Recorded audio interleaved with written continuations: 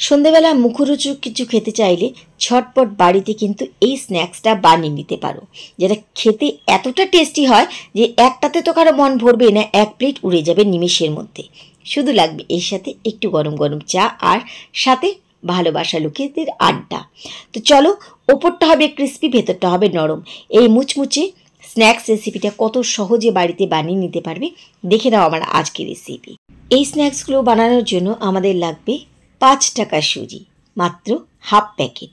তো সুজি প্রথমে যেমন করে আমরা বানাই ঠিক তেমনভাবে সুজি বানিয়ে নিচ্ছি। আমি এখানে দিলাম প্রথমে 1 চামচ ঘি, তোমরা ঘিটা বাদও দিতে পারো, শুধু তেল দিয়েও করতে পারো। দিয়ে দিলাম হাফ কাপ সুজি। যেমন করে আমরা সুজির হালুয়া বানাই ঠিক তেমনভাবে এই সুজি প্রথমে 2 মিনিটের মতন একটুখানি ভেজে নিচ্ছি। একটু ভাজা হয়ে গেলে এটাকে লাল করার দরকার নেই, শুধু এমনি নর্মালি এরকম ভাজলে হবে। তো এখানে আমি 2 মিনিটের মতো ভেজে নিয়েছি। এবার দিয়ে দিচ্ছি এর মধ্যে 1 কাপ জল। আমি যেহেতু হাফ কাপ সুজি নিয়েছি সেজন্য এখানে দিলাম 1 কাপ জল। ভালোভাবে প্রথমে সুজি একটুখানি আমরা সেদ্ধ করে নেব। যতক্ষণে জল টেনে একদম পুরো থকথকে না হয়ে আসছে ততক্ষণই ভালোভাবে এই সুজি আমাদেরকে টানিয়ে নিতে হবে। সুজি যত ভালো সেদ্ধ হবে এই স্ন্যাক্সগুলো খেতে কিন্তু ততটাই বেশি মজা লাগবে। তো এখানে কিন্তু আমি কিছুক্ষণ জাল দিয়ে সুজি পুরো একদম জল ভাবটা কাটিয়ে নিয়েছি। শুধু আমাদের আরেকটুখানি এই সুজি ঘন করে নিতে হবে।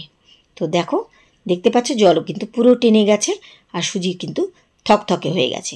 এবার কিন্তু আমি গ্যাস ওভেন বন্ধ করে দিচ্ছি, দিয়ে এই সুজিটাকে নিয়ে নিচ্ছি একটা থালার মধ্যে, কারণ পুরো জল টেনে কিন্তু সুজি আমার এখন একদম শুকনো হয়ে গেছে। এটা কিন্তু কিছুক্ষণের মধ্যে আরেকটু শুকনো হয়ে যাবে। তো এই সুজি এবার আমি একটা প্লেটের মধ্যে নিয়ে নিচ্ছি। এবার সুজি একটুখানি ঠান্ডা হতে দিয়েছিলাম, সুজি একটু ঠান্ডা হয়ে গেছে। এবারে সুজির দলা এভাবে হাত দিয়ে প্রথমে একটুখানি ভেঙে নিচ্ছি।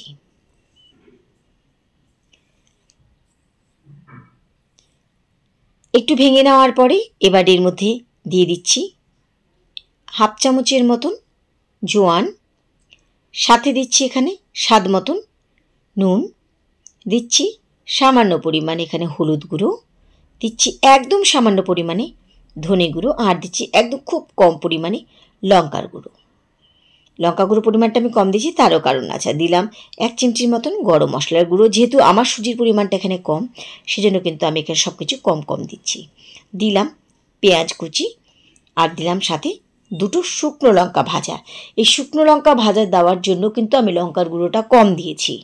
তোমরা যদি মনে করো শুকনো লঙ্কা ভাজা দেবে না, তবে কিন্তু লঙ্কার গুঁড়ো পরিমাণটা বাড়িয়ে কমিয়ে দিতে পারো, বা এখানে কাঁচা লঙ্কা কুচিও দিতে পারো। লঙ্কা ভাজা দেওয়াতে এই স্ন্যাক্সগুলোর টেস্ট কিন্তু আরও ভালো লাগে, সেজন্য এখানে লঙ্কা ভাজা দেওয়া। খুব ভালোভাবে এবার সব কিছুকে একসাথে মেখে নিলাম। মেখে নেওয়ার পরে এবার এখান থেকে একটু একটু করে লেচি নিয়ে নিচ্ছি। তোমরা সাইজে এটাকে বড় বানাতে চাইছো না ছোট বানাতে চাইছো, গোল বানাবে না চারকোনা বানাবে, এটা কিন্তু পুরোপুরি তোমাদের পছন্দ। চপের শেপও দিতে পারো, এটাকে লম্বা চপেরও শেপ দিতে পারো, তোমাদের পছন্দ। তো আমি এখানে গোল গোল করে ছোট ছোট গোল গোল করে এভাবে বলের মতো বানিয়ে নিলাম। চলো এবার স্ন্যাক্সগুলো ভেজে নিই। ভেজে নেওয়ার জন্য কড়াইতে নিয়েছি আমি তেল। তেল যখন খুব ভালোভাবে গরম হয়ে যাবে তখন কিন্তু এই সুজির বলগুলো দিতে হবে। হালকা তেলে কিন্তু কখনো সুজি দেবে না, তাহলে বলগুলো কিন্তু তেলে দেওয়ার সাথে সাথে ছেড়ে যাবে। তেলটাকে প্রথমে খুব গরম করে নিয়ে তারপরে এই বলগুলোকে দেবে। যেমন করে আমরা বড়া টড়া ভাজি ঠিক তেমনভাবেই একটুখানি যখন এক পিঠ এটা লেগে যাবে তখন কিন্তু এটাকে উল্টে দিয়ে পরের পিঠ ভেজে নিতে হবে।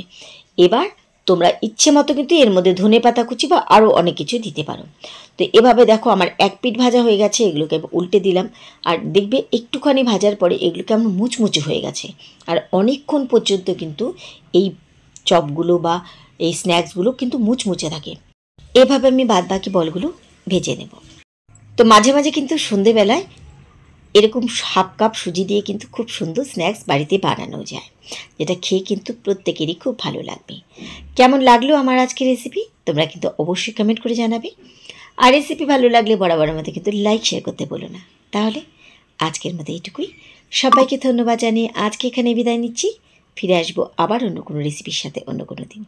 সেই পর্যন্ত সবাই খুব ভালো থেকো, সুস্থ থেকো।